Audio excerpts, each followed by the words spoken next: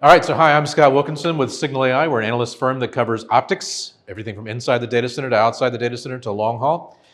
This is a very interesting topic, 448 gig, and very timely because OFC was just a couple of weeks ago and we saw our first demonstrations of 448 gig PAM4 technology.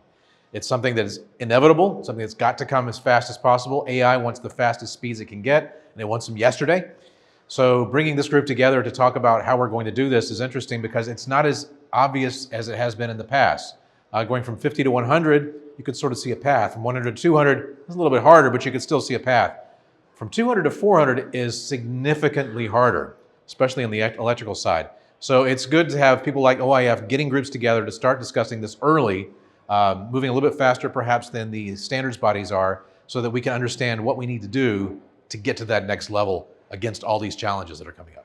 So our research, especially on inside the data center, there's a lot of technologies that are being advanced for what is sort of the next step as we move from 1.6 to 3.2 to whatever's in the future. There's coherent light, there's PAM4, there's lots of other things that are being discussed.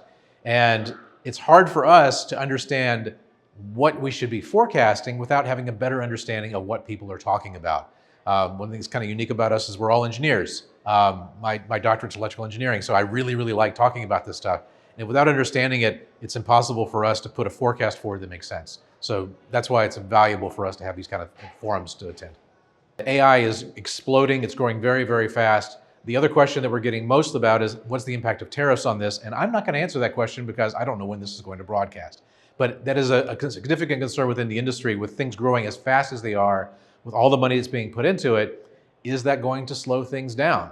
And how much is it going to slow it down? So this is a very critical time for our industry. A lot of things going on, and not all of them things that we can control, which makes my job even harder, but it does make it fun.